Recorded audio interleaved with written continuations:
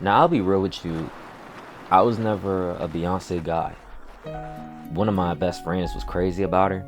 It was fun to watch him hate on Jay-Z, and I used to laugh at it. To me, though, she was just like the older sister's friend that would come around sometimes. Not ugly, nowhere near, but I was on the Ashanti wave.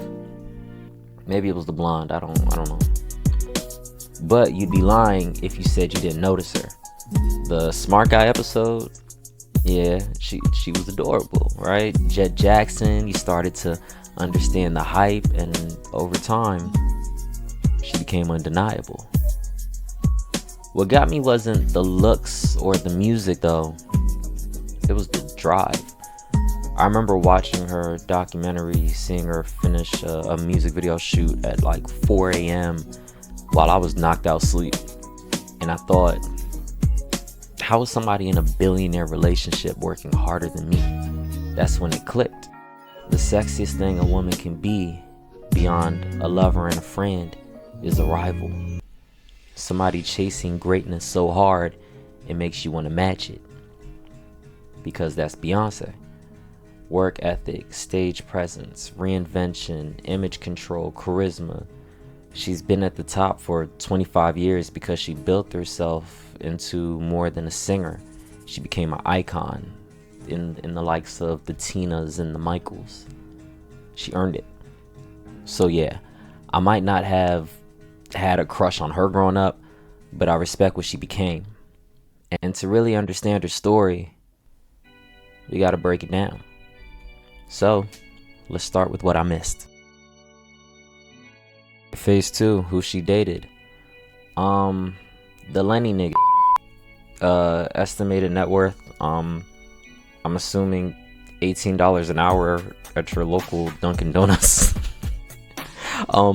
Most notable for fumbling cash cows and telling the world every so often.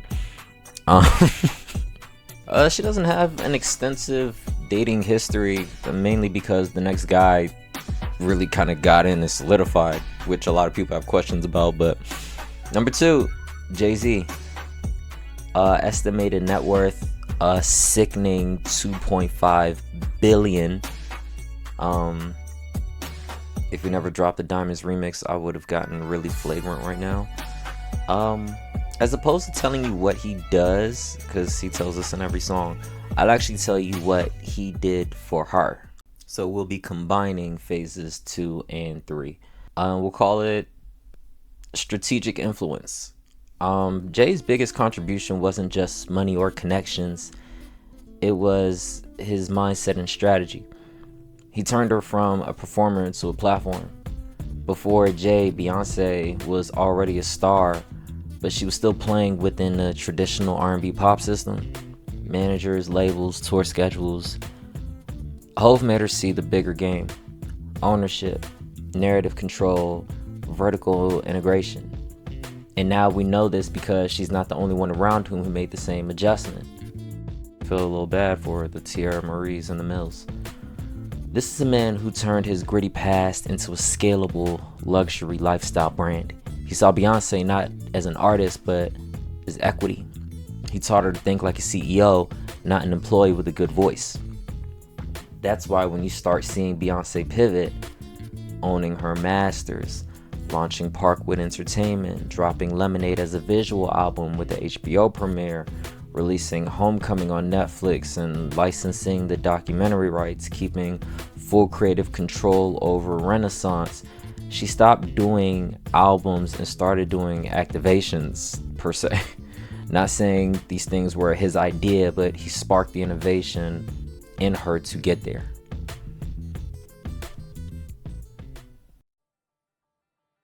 Back in the Destiny Child days, Beyonce was perfect, like Barbie perfect.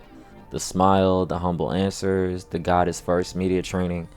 She was accessible, marketable, but also corporate. By the way, God is first. She had to listen as people disrespected her bandmates as Beyonce and the girls, and struggled with how she wanted to attack that at times. So, just removed it. Jay added mystique. She stopped doing interviews, stopped letting people in, started letting the music speak for her. Because that's how he moved. No one ever fully knew what Jay was doing until it was already done. That rubbed off on her. She didn't go into hiding. She learned how silence builds leverage. That's Jay all day. It made people more annoying in regards to her. Her haters became unfathomable and her fans even worse. But people always want what they can't have. And the reaction is a big part of that. Jay went from Marcy Projects to Roc Nation to part owner of the Brooklyn Nets. Regardless of percentage, it's leverage somewhere. He sold Ace of Spades for hundreds of millions, launched Tidal, invested in Jet Smarter, got in with Square, and brokered billion-dollar partnerships while flaunting that damn rock chain.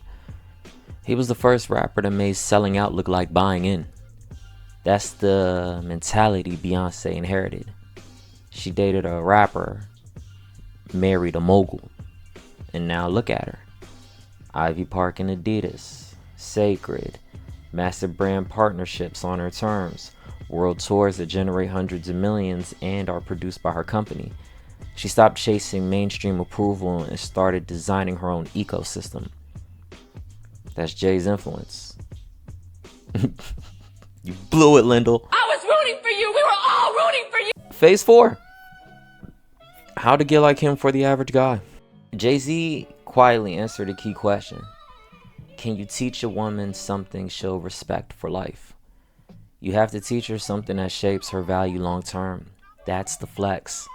Jay-Z didn't win because he had more money. He didn't win because he was the best looking or more famous than her. He won because he taught Beyonce something she could scale. He's constantly stimulating her mind. And that kind of man, that kind of mind, that sticks with a woman. So how you can do that? 1. Be a strategist, not just a supporter. Most men just clap from the cloud or throw money at the request. Jay taught her how to run the venue. He didn't just say, you got this. He shifted her from talent to equity. He taught her how to build vertically, Parkwood, master ownership, licensing. Modeled what it looks like to stop playing for the industry and build your own game board. If you want to get like him, stop trying to impress her and start showing her something she can't unlearn. She'll remember the man who taught her power. 2. Add mystique to the mission. Jay's never been loud about his future moves, but they always show up on the scoreboard. That rubbed off. Beyonce stopped explaining herself and started dropping albums at midnight, like Figure It Out. It became something only she could do, though others tried. You want your woman to respect you? Stop explaining everything you plan to do and start quietly stacking results she didn't see coming. Mystery plus mastery equals trust. That's what builds admiration, not attention. 3. Turn your hustle into a model. Jay turned his past into a blueprint. Beyonce saw it. This man turned corner logic into boardroom language.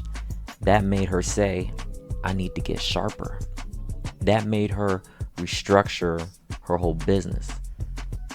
If you want to get like him, be so intentional with your grind that it makes your woman step her shit up. If your hustle can't teach her something, you just look busy. 4.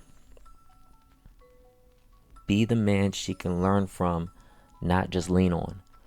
Every woman loves a man she can lean on, but they marry the one that they can learn from.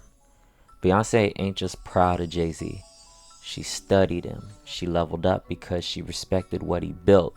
She mimicked the playbook. That's how you get like him. Teach a woman something that makes her sharper, even richer or freer, and she will never forget that you were her pivot point. 5.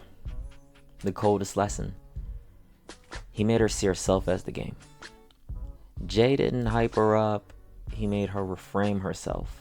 From I'm a talented woman to I am the platform. From I'm in the industry to the industry gotta move around me. You wanna get like Jay? Teach your girl how to see herself bigger. That's legacy energy. Say all this to say, Jay-Z got the hottest chick in the game wearing his chain by showing her new levels. And if you want that kind of respect from a woman, you better be able to do more than just love her. You gotta teach her something she can scale.